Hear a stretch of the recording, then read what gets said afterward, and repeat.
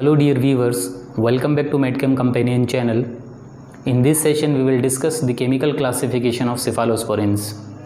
Cephalosporins are beta-lactam antibiotics which was initially isolated from Cephalosporium acremonium species. As they classified under beta-lactam antibiotics means they usually have beta-lactam ring. So this is the structure of beta-lactam nucleus. This is your beta lactam.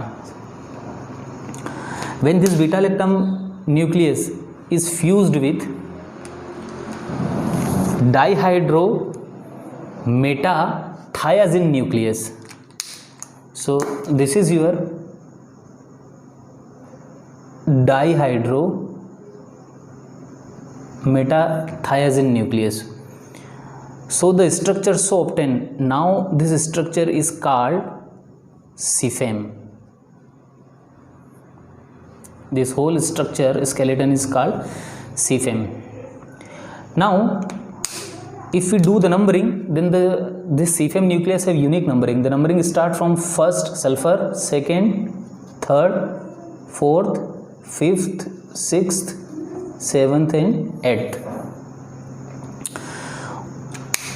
On the fourth position of this CFAM nucleus, there is a presence of carboxyl group,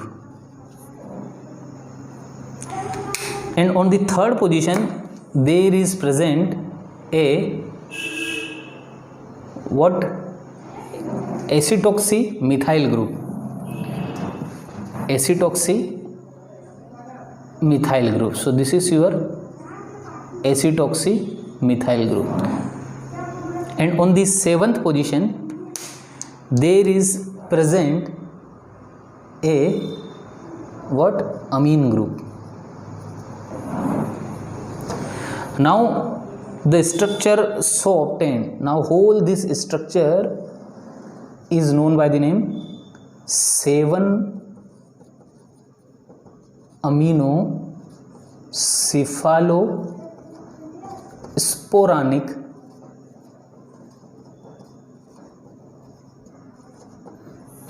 acid. This is known by the name 7-amino cephalosporanic acid.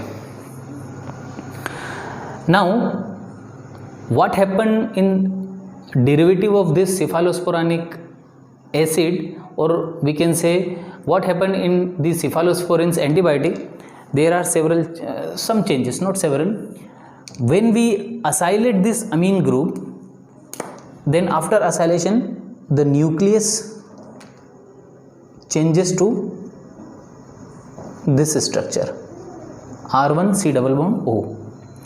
And if we remove this whole acetoxy-methyl group, and again if we add a R2 functionality over here, then this becomes your basic skeleton of cephalosporin antibiotic.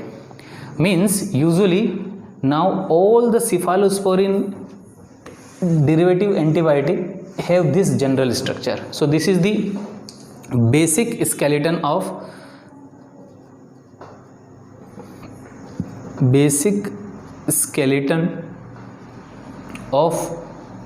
all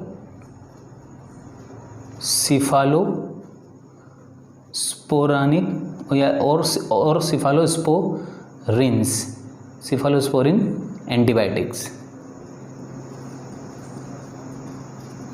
Means you will see this general structure or this skeleton in all cephalosporin antibiotic except R1 and R2. Only changes takes place at R1 and R2. In some cases there is methoxy group present in beta-lactam ring, but this is only the single case, we will see later on. But usually the changes takes place at R1 and R2. So what are the changes takes place at R1 and R2?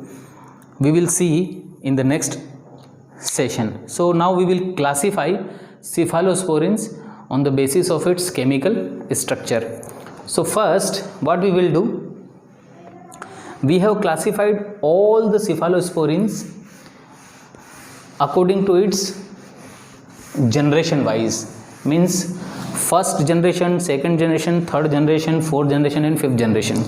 So these generations are developed on the basis of their antibacterial spectrum, how efficiently they can control gram positive and gram negative bacterium. On the basis of this, all cephalosporins is divided into 5 classes. So now we will discuss one by one.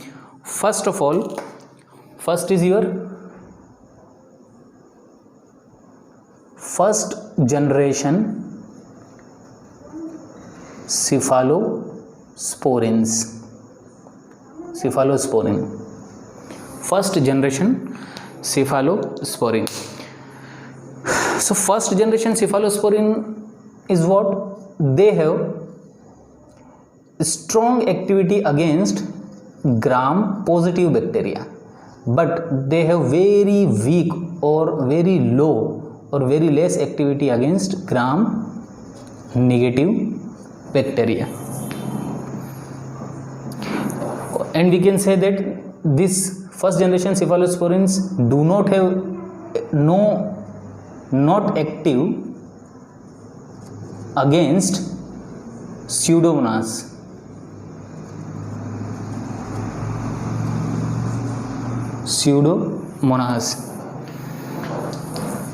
Or Pseudomonas aeruginosa. They are not active at all against Pseudomonas aeruginosa. They are not active against this bacterium specifically. So again, cephalosporin, what are the examples? So here cephalosporins is first divided into 2 classes. First is oral cephalosporins, or oral cephalosporins have best example cephalexin. What? Cephalexin. So again we will draw the basic skeleton. Basic skeleton is what? Your beta lactam nucleus. So this is your beta lactam nucleus, and now 3,4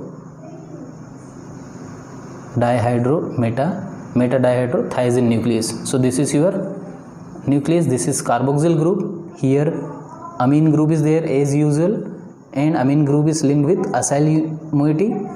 So this is your acyl moiety. Now only the changes takes place at this R1 and R2. So in cephalexin, what is R1 and R2?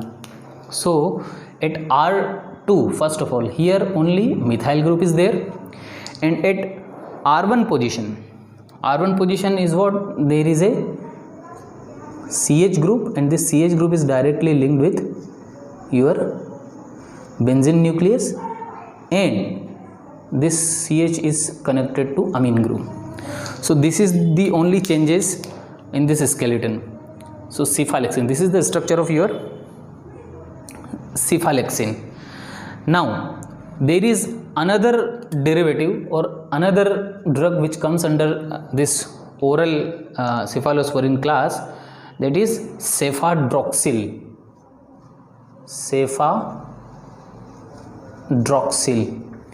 So what are the changes? So you see here cefadroxil, so this suffix hydroxyl.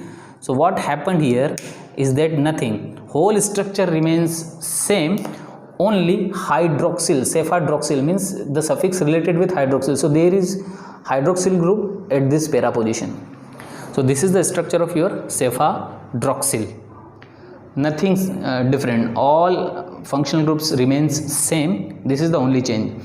Now there is another third drug. There is third drug which comes under this oral first generation cephalosporin, that is cephradine.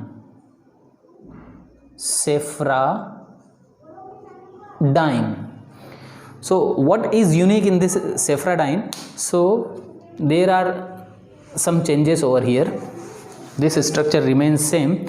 Now here you will see cephradine, diene means diene means there are 2 alkene functionality. So where these 2 alkene functionality, so whole structure remains same, only the cyclic nucleus which is present over here contain 2 double bond. So this is the structure of your cephra-dyne. So this is your oral first generation cephalosporin. Now we will see the structure of second class. Second class is what? Your parenteral. Class number second, parenteral first generation cephalosporins. So you have to remember only this thing, that the parenteral cephalosporins are usually those cephalosporins which have what? Acetoxy methyl group at third position. Acetoxy methyl group at carbon number 3. So the first change in this nucleus is where? This is your third number, 1, 2 and 3 carbon. This is your 4th, 5th, 6th, 7th and 8th.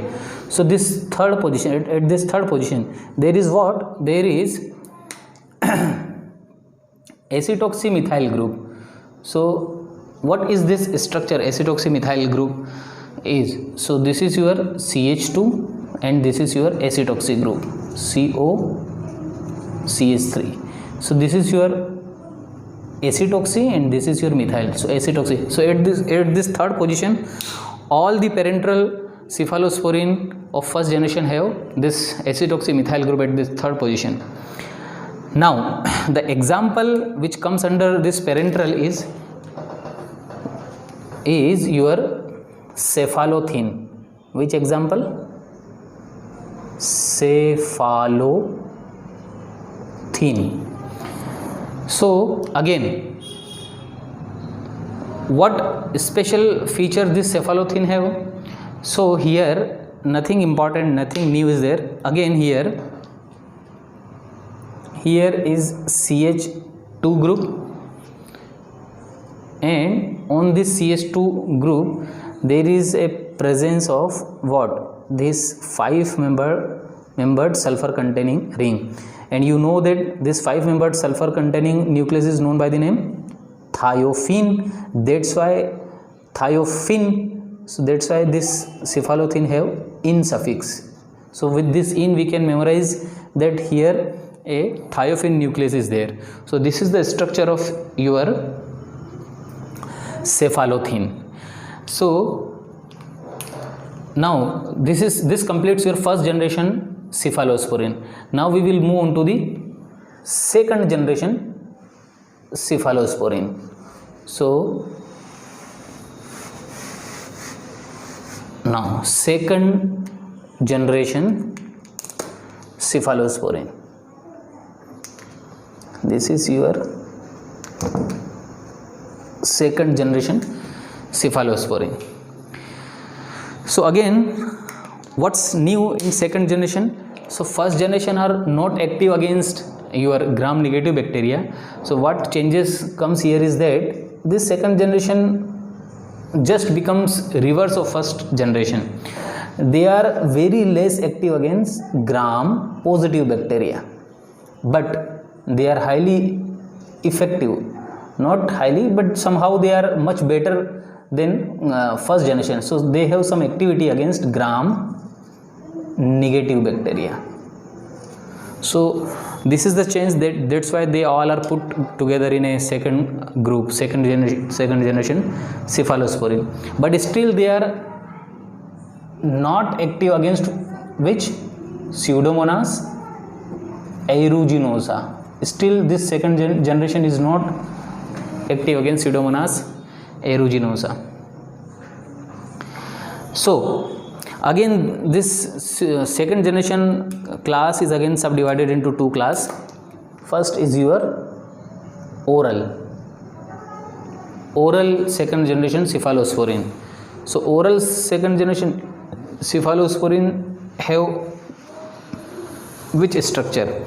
So the best example which comes under this oral is first your cefclor, or more specifically it is also known by the name cefaclor. So here the chlor suffix is there. Chlor means there is somehow presence of chlorine. So where this chlorine is actually present and what is the structure of this antibiotic? So again here as usual, NH, so CH, and on this CH here is amine group, and again the same nucleus benzene, but chlor, this chlor means chlorine, so here there is a presence of chlorine nucleus. So this is the structure of your cefaclor. So this is the only second generation cephalosporin which is effective orally, cefaclor. Now we will move on to the next, parenteral. Parenteral, class number 2, parenteral cephalosporin. Parenteral second generation cephalosporin. So again the basic skeleton, we need to draw the basic skeleton. So this is your basic skeleton, this is R1, this is R2, only changes takes place at this 2 point. So the second generation parenteral cephalosporin, the best example is cefamendol. First one is your what? Cefamendol. So what are the changes in cefamendol? So first changes here, again same CH and benzene nucleus, but the first change is there. In previous antibiotic here amine group is there, but here not amine, hydroxyl group, first change. Okay, and on the third position have quite different functionality, CH2S, and this CH2S is connected with a pentacyclic nitrogen containing nucleus which have 4 nitrogen in its structure. So this is how they are attached, and on this nitrogen there is a presence of methyl group. So this is the structure of your cefamendol. Now this is the first example, but we have several more drugs in this class, but I am only discussing structure of cefamendol because it is very important drug, cefamendol.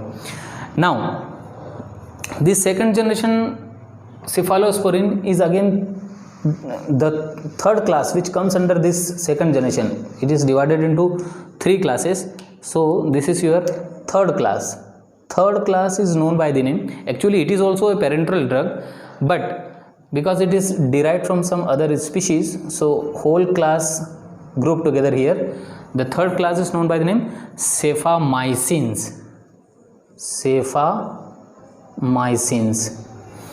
What does it mean? So cefamycin is nothing but a class of cephalosporins which is obtained from Streptomyces species. So all the cefamycin is obtained from Streptomyces species.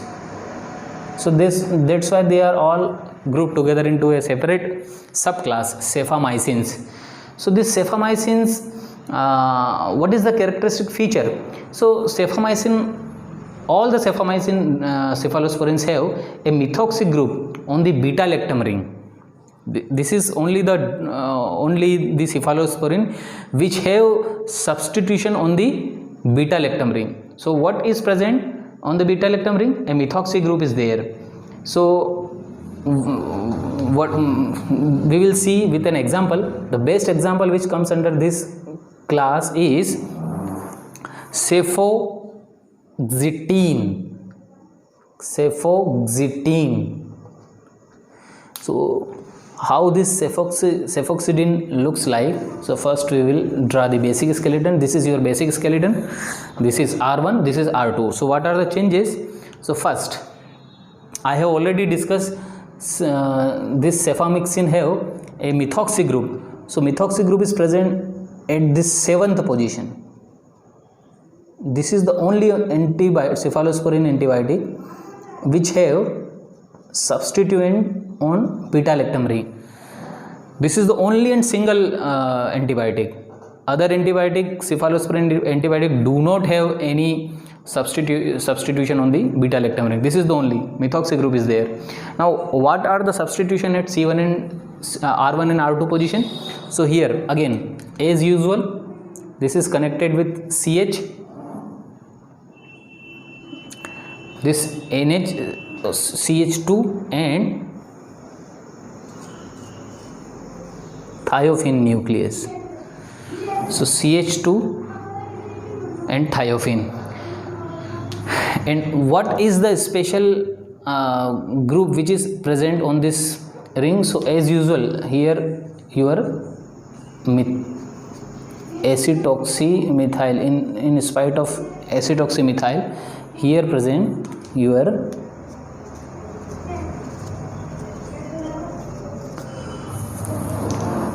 carbamoxymethyl. This is your carbamoxymethyl moiety. Carbamoxy, because it is derivative of carbamic acid. So carbamoxymethyl moiety is there. So this is the only changes in your cefoxetine.